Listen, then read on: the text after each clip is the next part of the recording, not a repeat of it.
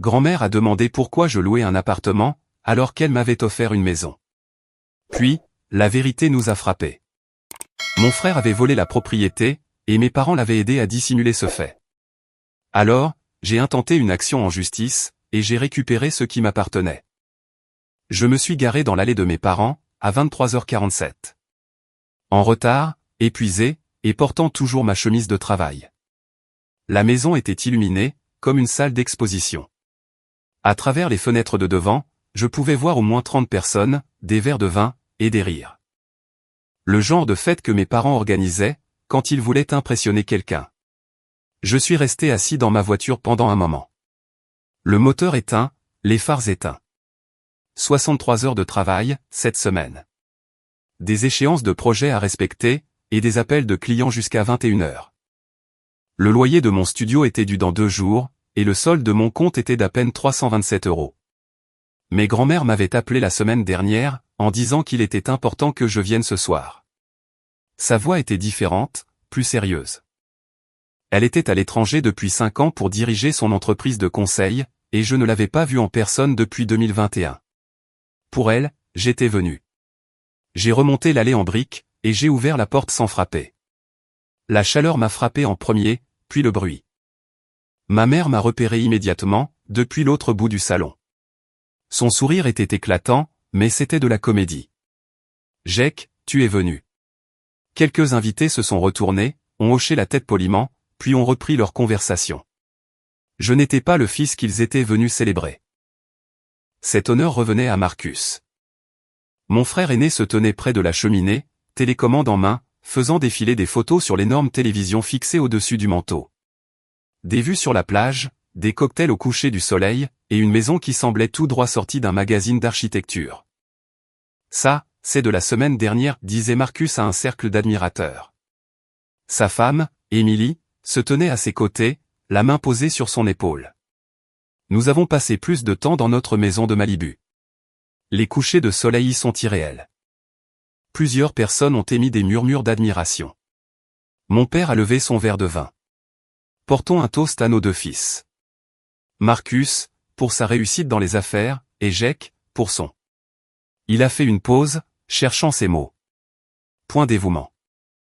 Le mot dévouement était un nom de code pour dire encore locataire à 29 ans. J'ai pris un verre d'eau dans la cuisine. Je ne me faisais pas confiance avec l'alcool, ce soir-là. 23h50, 10 minutes avant minuit. La sonnette a retenti. Ma mère a froncé les sourcils. Qui cela peut-il bien être? Tout le monde est déjà là. Mon père s'est dirigé vers la porte, l'a ouverte, et elle était là. Grand-mère Dorothy, 74 ans, les cheveux argentés tirés en arrière, un long manteau noir, et une petite valise à roulettes à ses côtés. Elle avait l'air plus âgée que dans mes souvenirs, plus mince, mais ses yeux étaient les mêmes, vifs, et calculateurs. Maman. La voix de mon père était soigneusement neutre. Nous ne savions pas que tu venais. Je n'ai pas demandé la permission. Elle est entrée, sans attendre d'invitation. La pièce est devenue plus silencieuse. Pas totalement silencieuse, mais le volume des conversations a baissé. Les gens ressentaient que quelque chose se passait. Grand-mère a scruté les visages. Elle a trouvé le mien. Un bref hochement de tête, presque imperceptible. Puis, elle a regardé Marcus. Avant minuit, a-t-elle dit assez fort pour que tout le monde entende, j'ai une question. La pièce est alors tombée dans un silence complet. Marcus a posé sa télécommande, et a souri. Bien sûr, grand-mère. Qu'y a-t-il? Elle ne lui a pas rendu son sourire. Jake. Ses yeux se sont fixés sur les miens.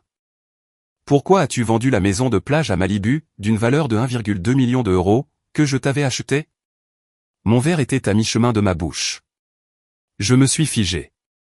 Quelle maison? La pièce est restée silencieuse, mais la nature de ce silence a changé, passant de respectueux à choqué. Grand-mère, ai-je dit lentement, en posant le verre. Je ne possède aucune maison. Vraiment? Sa voix était froide. Factuelle.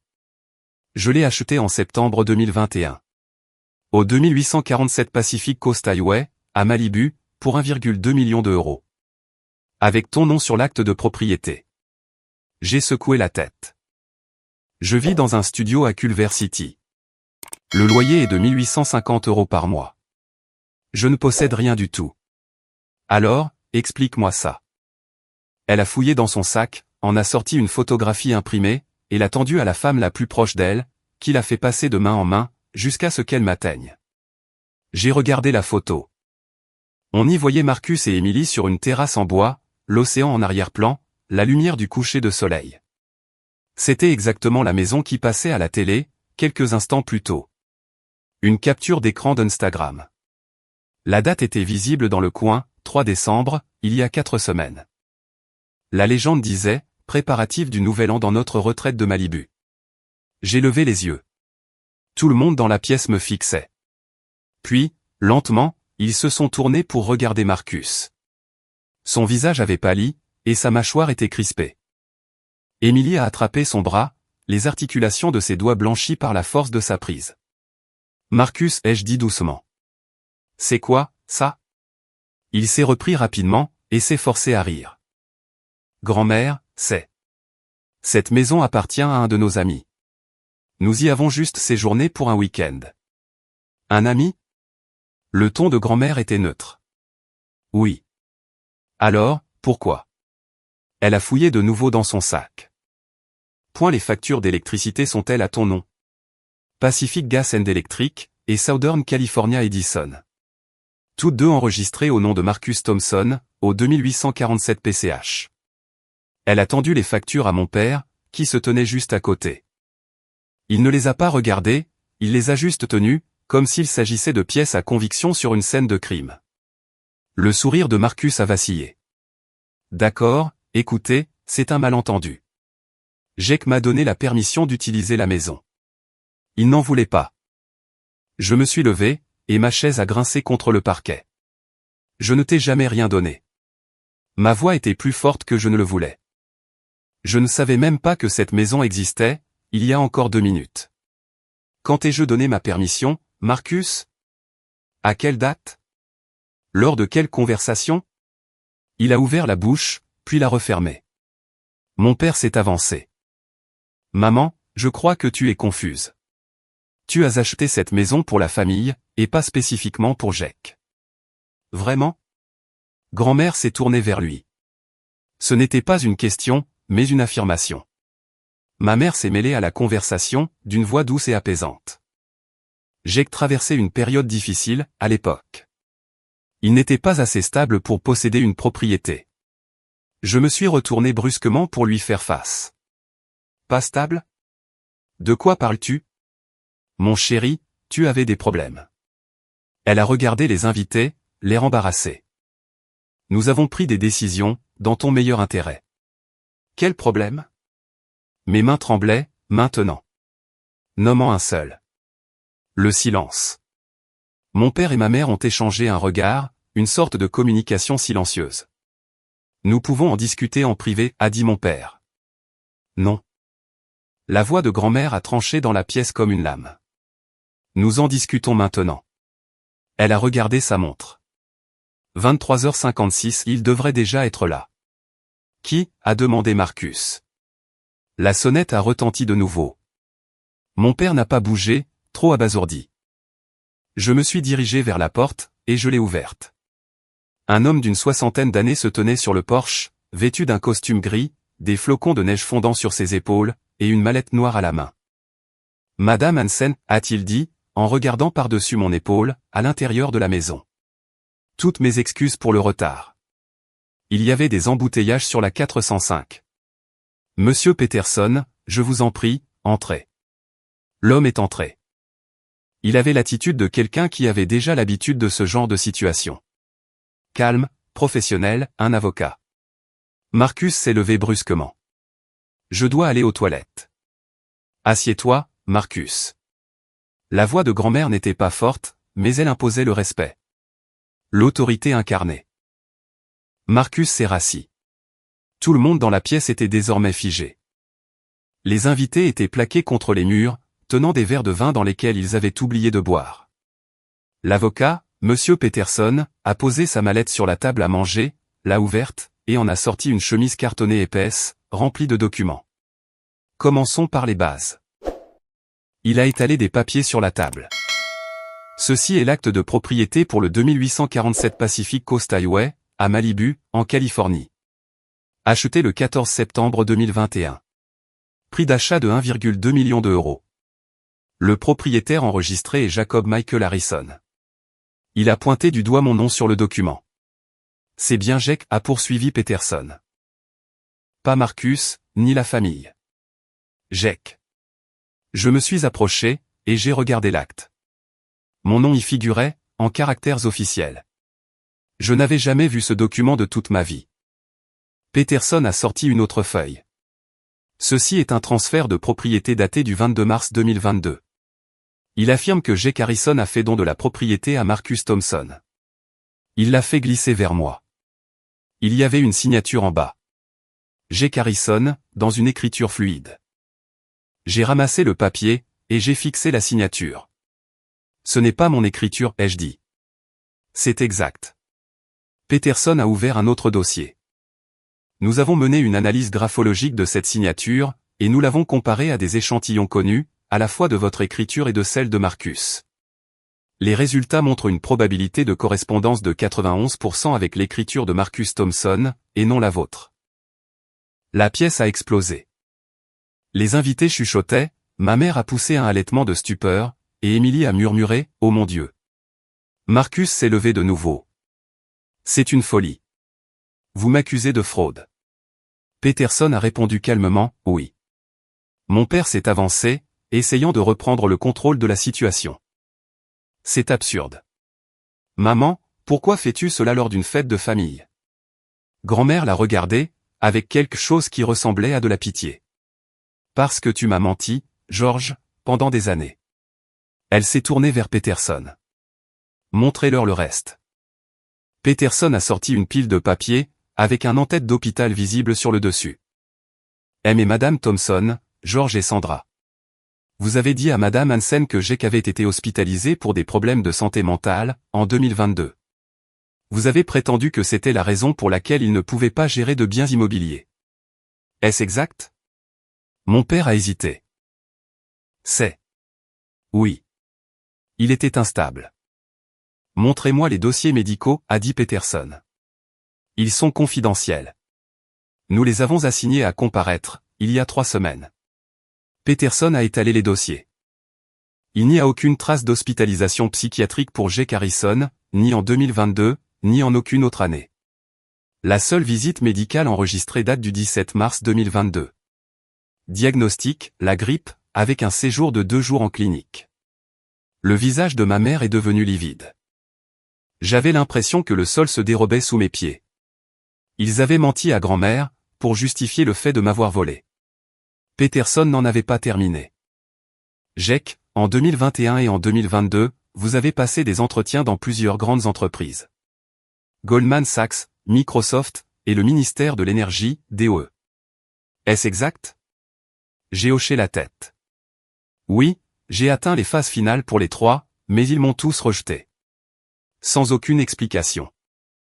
Nous savons pourquoi. Il a sorti des emails imprimés, et me les a tendus. J'ai lu le premier. Envoyé à Goldman Sachs, par partie-bas concerné 2847@gmail.com. Objet, inquiétude concernant le candidat Jake Harrison. Nous nous sentons obligés de vous informer que Jake Harrison a des antécédents de toxicomanie et de problèmes judiciaires. Il est actuellement sous soins psychiatriques, et pose un risque important pour la stabilité du lieu de travail. Nous vous recommandons d'annuler son offre. Mes mains ont commencé à trembler, et le papier a bruissé. L'adresse IP remonte à cette maison, a précisé Peterson. Envoyé depuis le routeur de vos parents. En novembre 2021. J'ai levé les yeux vers mon père. Il fuyait mon regard. Vous. Ma voix s'est brisée. Je me suis raclé la gorge. Vous avez saboté ma carrière. Aucune réponse. Je suis passé au deuxième email. Le même contenu, mais pour une autre entreprise, Microsoft. Puis, le troisième poste. 3 emails en tout. Tous envoyés depuis cette maison. J'ai reposé les papiers lentement, et avec précaution. J'ai regardé mes parents, puis Marcus. Vous ne m'avez pas seulement volé une maison. Je me suis levé, la chaise grinçant de nouveau. Vous avez détruit ma carrière, mon crédit, et mon avenir. Ma voix montait dans les tours. Je ne pouvais pas m'en empêcher. Pendant que je faisais des semaines de 60 heures, juste pour pouvoir payer mon loyer. Marcus s'est avancé. Jake, laisse-moi t'expliquer.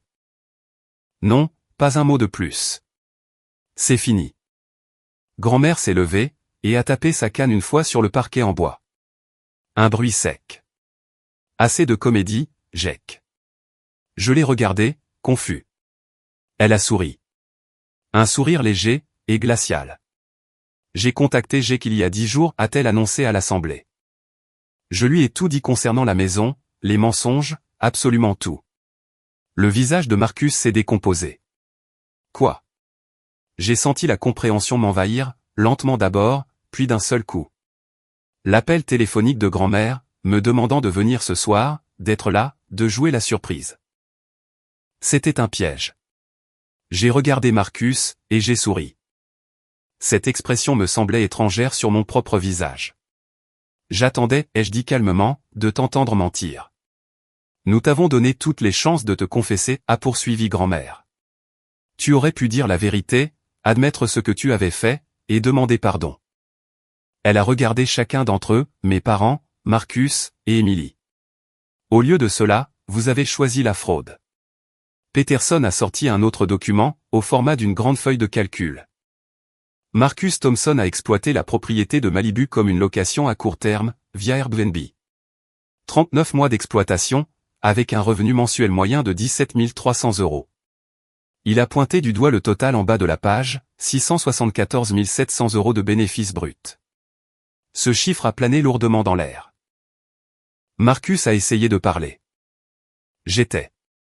J'entretenais la propriété. Cet argent a servi à l'entretien.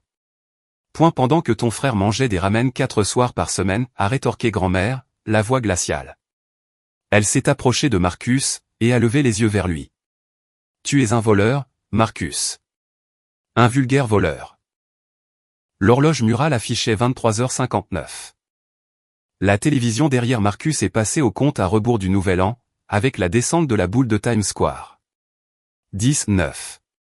8. Peterson a fermé sa mallette, et a regardé Marcus. Monsieur Thompson, vous avez 5 minutes, avant que je ne dépose des accusations criminelles auprès du procureur du comté de Los Angeles. Usurpation d'identité, fraude, et falsification de documents. La voix de Marcus était désespérée. Vous ne pouvez pas. 7, 6. 5. Grand-mère s'est tournée vers moi. C'est ta décision, Jake. Des poursuites pénales, un procès au civil, ou les deux? J'ai regardé Marcus. Le frère avec qui j'avais grandi, avec qui j'avais joué au basket dans l'allée, avec qui j'avais partagé une chambre, jusqu'à ce qu'il parte pour l'université. Ce même frère qui m'avait volé 4 années de ma vie. 4, 3. 2, 1. Bonne année. Des feux d'artifice ont explosé à l'extérieur, accompagnés par les acclamations à la télévision. Les invités dans la pièce sont restés figés sur place. Marcus s'est affaissé dans sa chaise. Emily pleurait. Ma mère a attrapé le bras de mon père. Et moi? Je ne ressentais rien. J'étais juste froid, et lucide. Minuit 2. Les invités partaient discrètement, rapidement, évitant tout contact visuel avec les membres de la famille proche. Une femme que je ne connaissais pas a attrapé son manteau dans le placard, et a murmuré à son mari, nous devrions y aller. Ils ont franchi la porte en 30 secondes. Marcus se tenait près de la cheminée, avec Emily à ses côtés. Son visage était toujours pâle, mais il se remettait, et son esprit calculait déjà. Prends nos manteaux, a-t-il dit à Emily, à voix basse. Nous partons. Emily s'est dirigée vers le placard. Monsieur Thompson. La voix de l'avocat Peterson l'a arrêté en plein élan. Vous n'allez nulle part. Marcus s'est retourné. Pardon? Peterson a sorti un document de sa mallette. Un dos cartonné bleu. Un sceau officiel. Une ordonnance restrictive. Émise ce matin, par la Cour supérieure du comté de Los Angeles.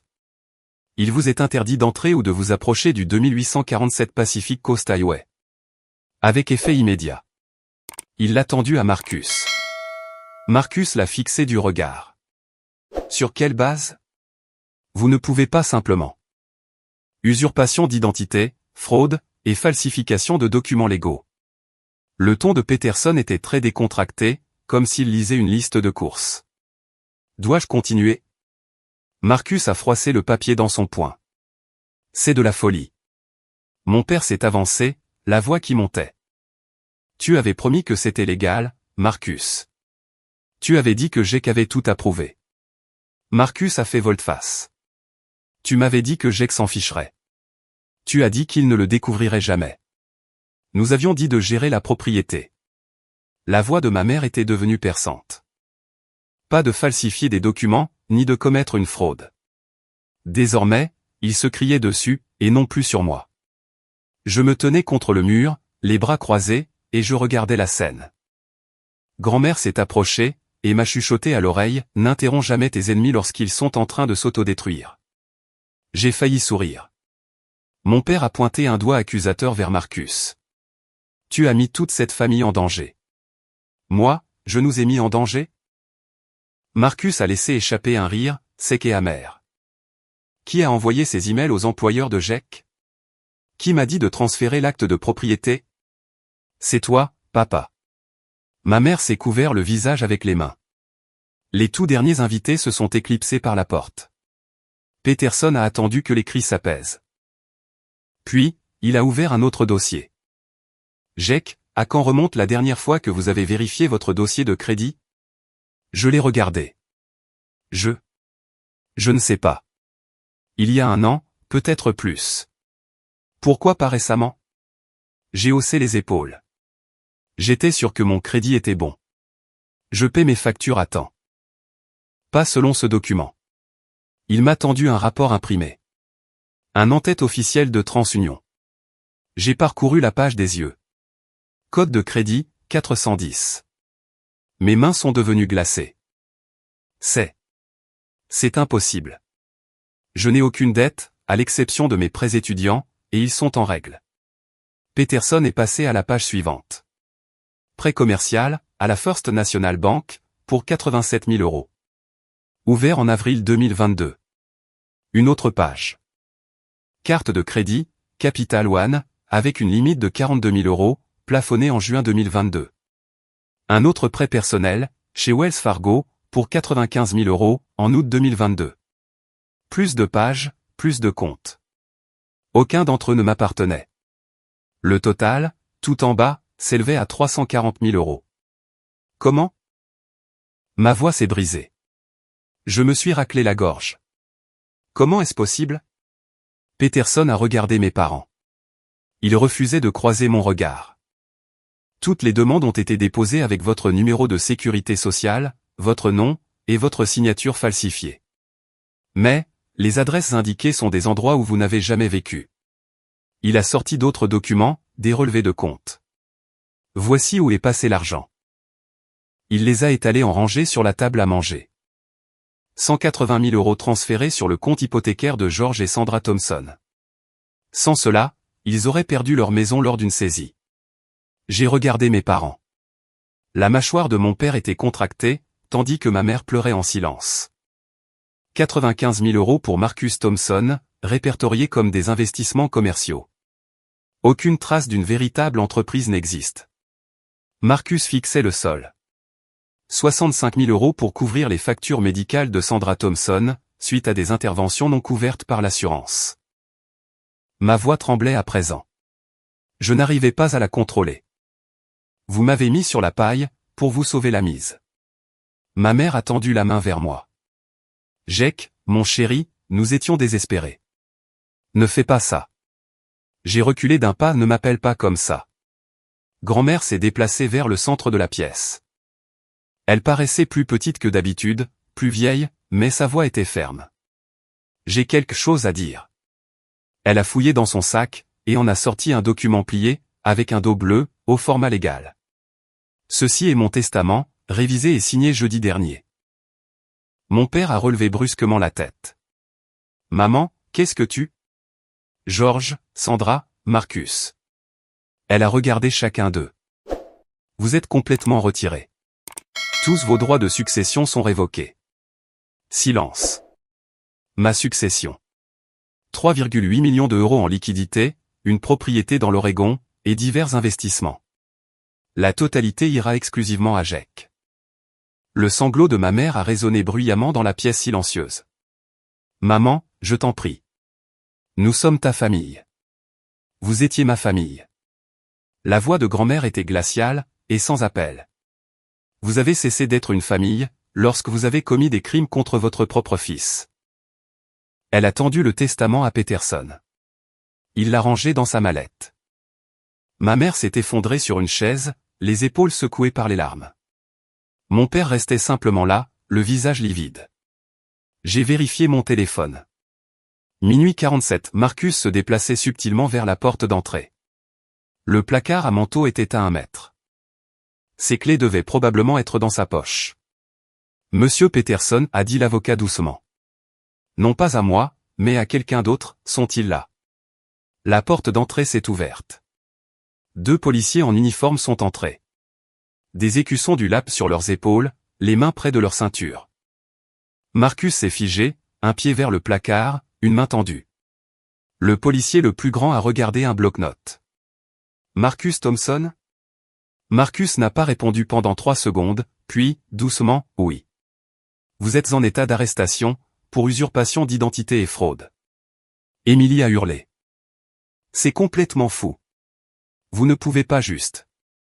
Le policier bougeait déjà, sortant les menottes de sa ceinture. Retournez-vous, monsieur. Marcus m'a regardé, droit dans les yeux. Tu fais vraiment ça? J'ai soutenu son regard. C'est toi qui as fait ça.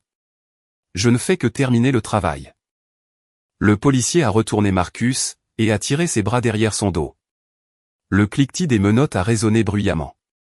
Vous avez le droit de garder le silence. Tout ce que vous direz pourra et sera utilisé contre vous devant un tribunal.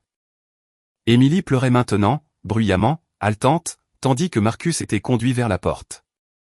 Il s'est tordu en arrière, essayant de me regarder. Jake, je t'en prie. Le policier a continué à le faire avancer vers la porte, jusque dans la nuit froide. Peterson s'est tourné vers le 2e policier, et lui a tendu un autre dossier. George et Sandra Thompson, en tant que co-conspirateurs. Voici les preuves de leur participation conjointe à l'usurpation d'identité, à la fraude, et à la falsification de documents. Les yeux de mon père se sont écarquillés. Attendez, nous n'avons rien. Vos signatures figurent sur plusieurs documents frauduleux. Les emails de diffamation ont été envoyés depuis votre adresse IP. Vous y avez participé en toute connaissance de cause. Le policier a regardé mes parents. George Thompson, Sandra Thompson, vous êtes en état d'arrestation. Ma mère sanglotait. Jake, je t'en supplie, arrête ça. Nous sommes tes parents. Le policier sortait une 2e paire de menottes. Je l'ai regardé. Vraiment regardé. Vous avez cessé d'être mes parents, ai-je répondu calmement. Le jour où vous avez falsifié ma signature. Ils ont été menottés, se sont vus lire leurs droits, et ont été conduits par la même porte que Marcus venait de franchir. Ma mère s'est retournée une dernière fois, le visage baigné de larmes. Je n'ai pas détourné le regard. La porte s'est refermée. Silence. 1h34. La maison était vide, à l'exception de moi, de grand-mère, et de Peterson. Grand-mère s'est assise lourdement sur le canapé, comme si toute son adrénaline s'était évaporée d'un seul coup. Est-ce que ça va, Jake? Je me suis assis à côté d'elle, et j'ai ressenti le poids des 2 dernières heures. Je ne sais pas encore. Elle a pris ma main. La sienne était chaude, avec une peau fine et des jointures saillantes. Ça ira. Nous sommes restés assis en silence, les sirènes s'éloignant au loin. Après un moment, j'ai serré sa main. Merci d'être revenu. J'aurais dû revenir plus tôt. Peterson était à la table à manger, sa tablette sortie, faisant défiler quelque chose. Jake, il y a encore autre chose. J'ai levé la tête, épuisé. Quoi encore? Le rapport de l'expert comptable vient d'arriver. Ils ont travaillé toute la nuit. Il a tourné la tablette vers moi. Un relevé bancaire, avec le logo d'une banque des îles Caïmans. Titulaire du compte, Marcus Thompson. Solde, 430 000 €. Qu'est-ce que c'est? Un compte offshore. Marcus y a transféré de l'argent de manière progressive, au cours des 3 dernières années. Des revenus d'Airbnb qui n'ont jamais été déclarés. J'ai fixé le chiffre. Il le cachait. Plus que ça, Peterson a fait défiler l'écran vers le bas. Il se préparait à disparaître. Il avait déposé des demandes de résidence dans 3 pays, le Costa Rica, le Panama, et le Portugal. Ma poitrine s'est serrée. Il allait s'enfuir. Oui. Grand-mère s'est penchée en avant. Pouvons-nous le saisir? La motion est déjà déposée, mais il y a autre chose. Peterson a affiché un autre document. Ce compte n'a jamais été déclaré à l'IRS. C'est un crime fédéral. Une évasion fiscale. À quel point est-ce grave? 5 années supplémentaires au minimum. De plus, les pénalités pourraient s'élever à 800 000 € ou plus, en amende. Je me suis adossé au dossier, en assimilant l'information. Il est complètement enterré. Mon téléphone a vibré. 2h15, un message texte. Un numéro inconnu, mais je l'ai reconnu, le portable d'Emily. Jake, je ne savais pas, Marcus m'a menti, à moi aussi. Pouvons-nous parler, s'il te plaît? Grand-mère s'est penchée. Elle a lu le message. Elle essaie de sauver sa peau. Dois-je répondre? Peterson a levé la tête. Seulement si cela aide à consolider le dossier.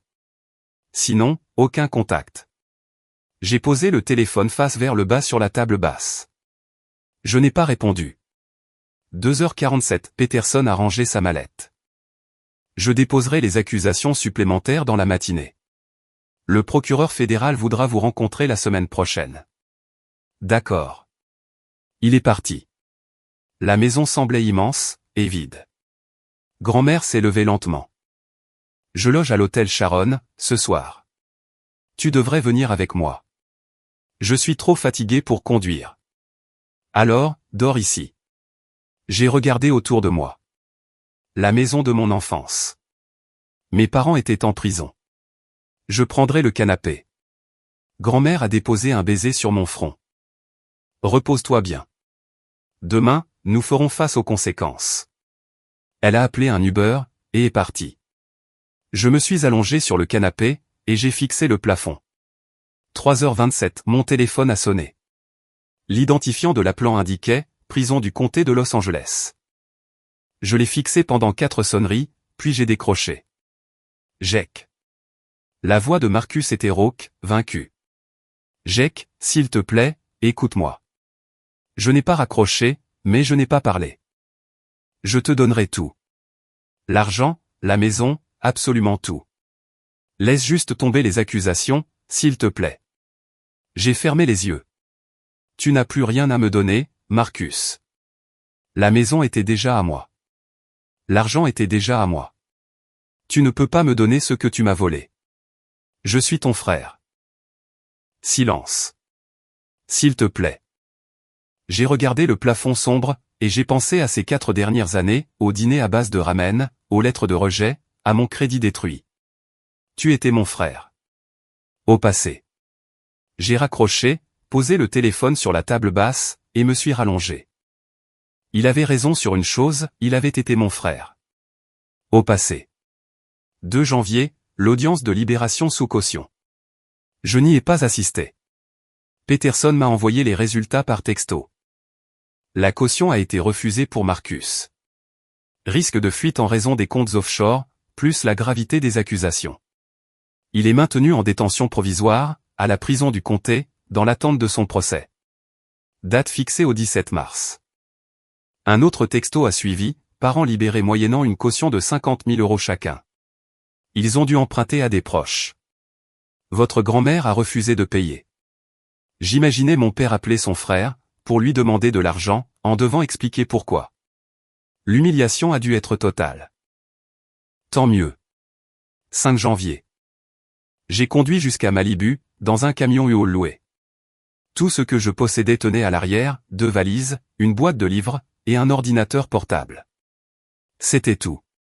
L'adresse de la maison de plage était programmée dans mon GPS. 2847 Pacific Coast Highway. Je l'avais cherché sur Google Maps une douzaine de fois, au cours des derniers jours. J'avais utilisé la vue satellite et Street View, en essayant de rendre cela réel. Ça ne l'était pas.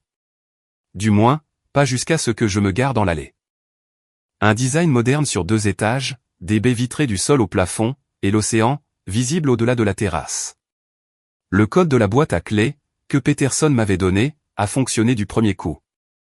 La porte s'est ouverte. Silence. Vide. Les affaires de Marcus n'étaient déjà plus là. L'ordonnance du tribunal avait été exécutée dans les 48 heures. Les marshals avaient tout enlevé, les meubles qui lui appartenaient, les objets personnels, et les photos. Ce qui restait, c'était ce que grand-mère avait acheté avec la maison, un canapé de créateur, une table à manger en verre, et une cuisine entièrement équipée en électroménager. J'ai parcouru les pièces. 4 chambres à l'étage, dont la chambre principale avec vue sur l'océan, et des chambres d'amis, avec de nouveaux matelas encore emballés dans du plastique. Cela aurait dû m'appartenir, il y a 4 ans. J'aurais dû être ici, en train de construire une vie, une carrière, et peut-être une famille. Au lieu de cela, j'avais mangé des ramen dans un studio, travaillé 60 heures par semaine, et m'étais noyé dans des dettes dont j'ignorais même l'existence. Je suis sorti sur la terrasse arrière. L'océan s'étendait, gris sous les nuages de janvier, les vagues déferlant à un rythme régulier. Je suis resté là pendant 10 minutes, peut-être plus longtemps. Je n'ai pas pleuré. Je n'ai pas ressenti de colère. Je suis juste resté là. Finalement, j'ai sorti mon téléphone, j'ai pris une photo de la vue, et je l'ai envoyée à grand-mère, je suis à la maison.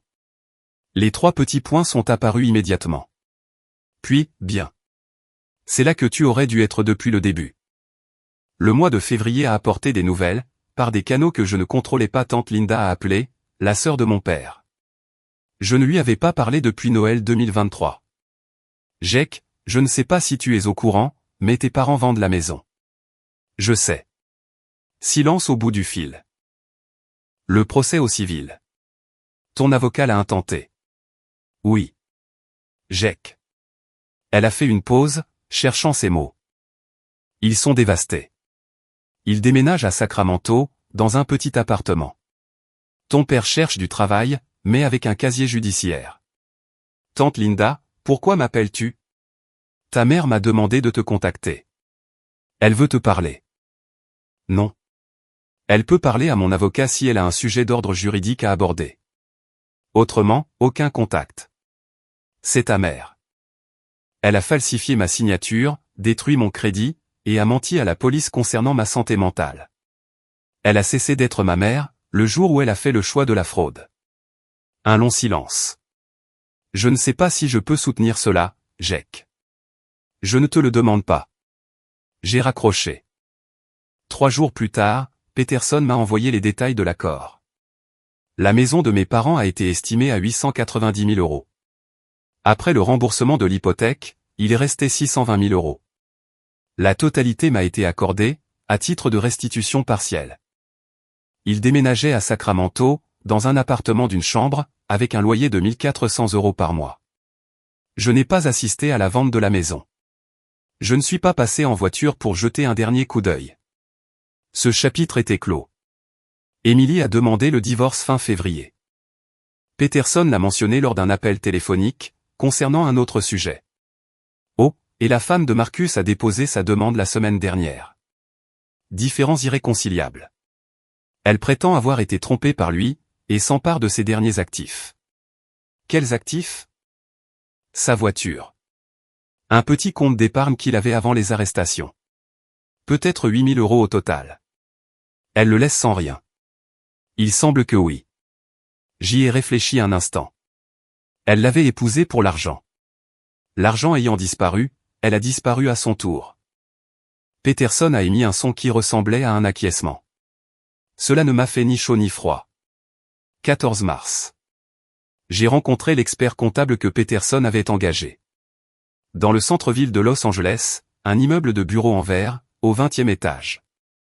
Le comptable s'appelait Richard Chen. Il avait la quarantaine, et était très méticuleux.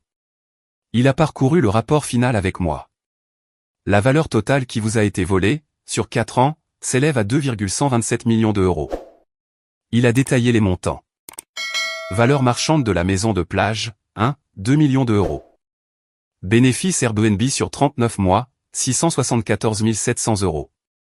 Dette frauduleuse à votre nom, 340 000 euros. Coût d'opportunité de carrière, estimé à 180 000 euros. Dommages au crédit et frais juridiques. 132 300 euros. La restitution pénale ordonnée par le tribunal est de 1 million d'euros. Est-ce que je verrai un jour cet argent? Chen s'est adossé à son siège. Marcus paiera pour le restant de ses jours. Une saisie sur salaire une fois qu'il sera libéré, des actifs saisis, des remboursements d'impôts, tout. S'il sort un jour. Oui, si. J'ai signé les documents, quitté le bureau, descendu les 20 étages en ascenseur, et je suis sorti sous le soleil de l'après-midi. Le mois d'avril a apporté de petites victoires. Le parajuriste de Peterson a déposé des contestations de crédit auprès des 3 agences. Les comptes frauduleux ont été supprimés un par un. TransUnion d'abord, puis Equifax, et enfin Experian. Ma cote de crédit a grimpé, 410 en janvier, 580 en février, 630 en mars, 695 en avril. Je pouvais enfin louer une voiture, sans avoir besoin d'un cosignataire. J'ai été approuvé pour une carte de crédit, avec une limite de 5 000 euros. Je l'ai rangée dans un tiroir, et je ne m'en suis pas servi. En mai, j'ai acheté une voiture. Une Toyota Camry 2019 d'occasion, 32 000 miles au compteur, et j'ai versé 500 euros d'acompte. Rien d'extravagant, mais fiable. Payé comptant, avec l'argent de l'accord de restitution. En quittant le concessionnaire au volant, j'ai eu l'impression d'avoir gagné quelque chose. 19 mars, un mardi après-midi. Mon téléphone a sonné. C'était le centre médical Cedar Sinai. Est-ce bien Jake Harrison? Oui. Ici le docteur Patel. Votre grand-mère, Dorothy Hansen, a été amenée en ambulance il y a 1 heure. C'est un épisode cardiaque mineur. Elle est stable maintenant, mais... J'étais dans la voiture avant même qu'il ne termine sa phrase. De Malibu au Cedar Sinai. 43 minutes dans les bouchons. Je l'ai trouvée dans une chambre privée, assise dans son lit. Une perfusion dans le bras, et un moniteur qui bipait régulièrement. Elle paraissait toute petite, et fragile. Ne me regarde pas comme ça, a-t-elle dit en voyant mon visage. Comme quoi? Comme si j'allais mourir. Ce n'est pas le cas. Le docteur Patel m'a expliqué la situation. Une arythmie causée par le stress. Courant chez les patients de son âge.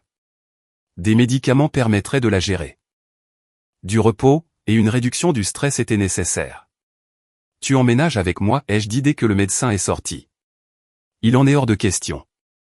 Grand-mère. J'ai mon indépendance, Jake. Je ne vais pas y renoncer. Nous nous sommes disputés pendant 20 minutes. Elle a gagné. Nous avons trouvé un compromis. Elle viendrait me rendre visite tous les week-ends.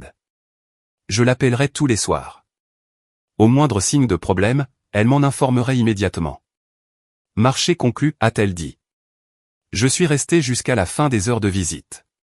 15 juin. L'audience de détermination de la peine pour Marcus. Je n'y ai pas assisté. J'ai lu les résultats en ligne, le soir même. Il avait plaidé coupable d'usurpation d'identité, de fraude, de falsification, et d'évasion fiscale. Un accord avec les procureurs, pour éviter un procès. Condamné à 8 ans de prison fédérale. Une restitution de 2,1 millions d'euros a été ordonnée. Éligible à la libération conditionnelle après 5 ans et demi. Peterson a appelé. C'est fait. Il sera transféré au FCI Lompoc, dans la semaine. D'accord. Comment vous sentez-vous? J'y ai réfléchi. Rien. Je ne ressens rien du tout. C'est normal. J'ai raccroché, je me suis versé un verre d'eau, et je suis resté sur la terrasse à regarder l'océan, jusqu'à la tombée de la nuit. Le mois d'août m'a apporté une lettre. Une écriture que j'ai reconnue immédiatement, celle de mon père. Le cachet de la poste indiquait Sacramento. Je l'ai tenu en main pendant 1 minute entière, en pensant à l'ouvrir. Puis, j'ai pris un stylo, J'ai écrit le retour à l'envoyeur sur l'enveloppe, et je l'ai déposé dans la boîte de courrier sortant. 2 semaines plus tard, une voiture s'est garée dans mon allée. C'était un samedi matin, à 9h17.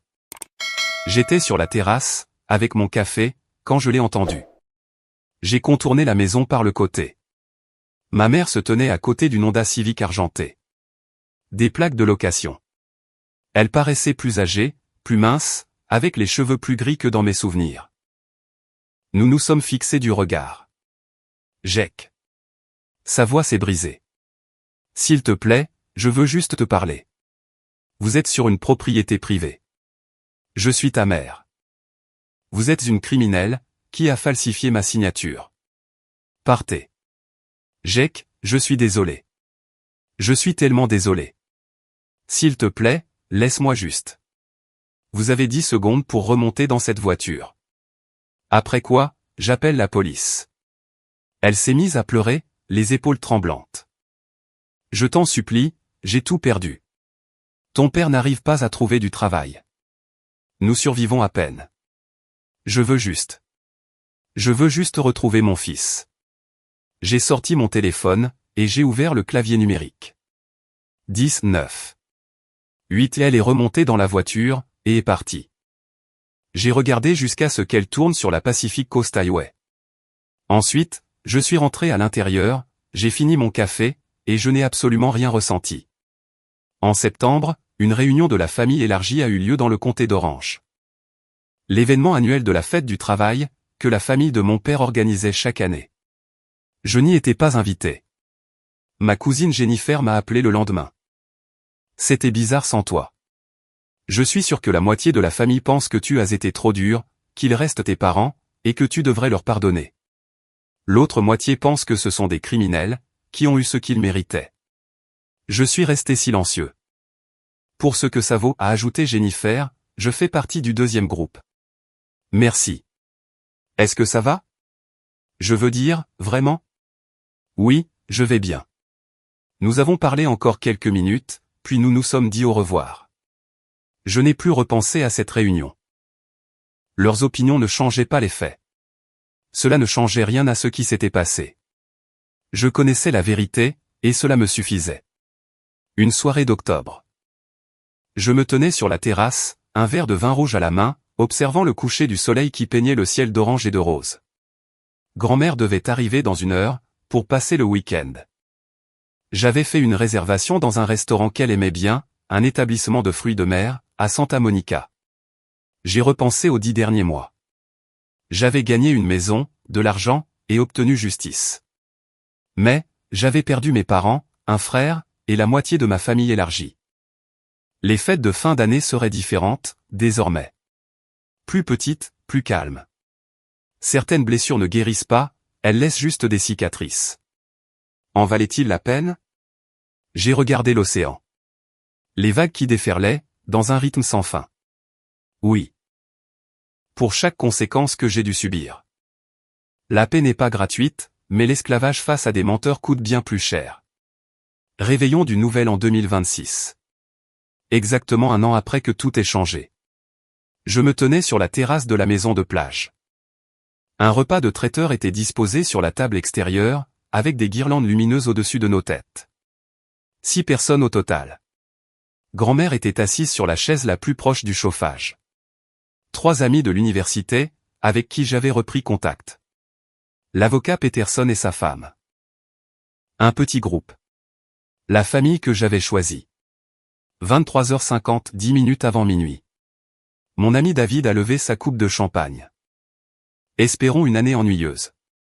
Pas d'invité surprise, pas de drame. Tout le monde a ri. Peterson a fait un large sourire. Je ne sais pas, l'année dernière a été mémorable. C'est un mot pour le décrire, ai-je répondu. Grand-mère a croisé mon regard, a souri, et a légèrement levé son verre. Nous avons trinqué, bu, et discuté.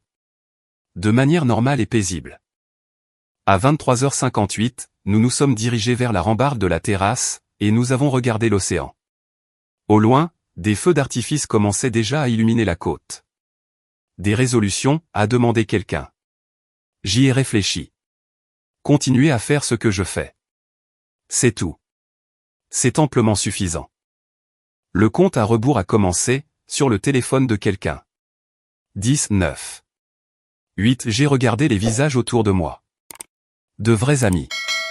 Des personnes qui étaient restées. 3 ou 2.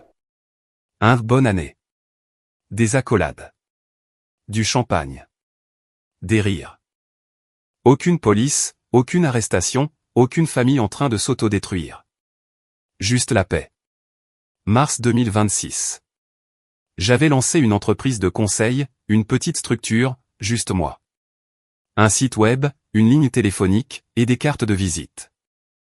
J'aidais les victimes de fraude à naviguer dans le système juridique, à rassembler des documents, je les orientais vers des avocats, et je leur proposais des stratégies pour rétablir leur crédit. Le bouche-à-oreille a fait son effet. Des groupes de défense des victimes ont commencé à m'envoyer des gens. Revenu de la première année, 82 000 euros. Pas des millions, mais solides, et suffisamment stables pour vivre confortablement, et mettre de côté. Je travaillais depuis le bureau de la maison de plage, aménagé dans la 2e chambre, avec vue sur l'océan, tout en prenant mes appels. J'avais commencé à fréquenter quelqu'un en novembre, Sarah, une directrice du marketing. Nous nous étions rencontrés dans un café. C'était décontracté, sans aucune pression. Elle connaissait mon histoire, et ne me jugeait pas. Nous dînions ensemble 2 fois par semaine, et nous nous envoyions des textos presque tous les jours. C'était suffisant pour le moment. Ma santé s'était également améliorée. J'avais commencé à courir sur la plage, et je dormais d'une traite toute la nuit. Fini les maux de tête causés par le stress. La vie était calme, et j'aimais ce calme. Marcus purgeait sa première année, sur 8, au pénitencier fédéral de Lompoc, un établissement à sécurité moyenne. Peterson me tenait informé. Non pas parce que je le demandais, mais parce que c'était pertinent pour le dossier de restitution. Il vous a écrit 6 lettres, a mentionné Peterson lors d'un appel, en mars. Je sais, la prison m'envoie des notifications. Je les refuse systématiquement. Divorce finalisé. Faillite prononcée. Aucun visiteur enregistré. Je suis resté silencieux. Voulez-vous en savoir plus? Non. Certains ponts, on les brûle soi-même, d'autres se consument tout seuls. Le pont de Marcus n'était plus que cendre. Mes parents vivaient à Sacramento, dans un appartement d'une chambre près du tramway. Mon père travaillait dans le commerce de détail, chez Target, à mettre en rayon pendant l'équipe de nuit. Ma mère travaillait à temps partiel comme aide-soignante à domicile, au salaire minimum. Je recevais des nouvelles par l'intermédiaire de ma tante Jennifer, la seule parente qui m'adressait encore la parole. La santé de ton père n'est pas brillante, m'avait-elle dit en octobre. C'est le stress. Il a pris 10 ans. D'accord. C'est tout? Juste un d'accord? Qu'est-ce que tu veux que je dise, Jennifer? Je ne sais pas. Peut-être que ça t'importe. J'étais resté silencieux pendant un moment. Ça m'a importé pendant 27 ans. Ça n'avait aucune importance pour eux à l'époque.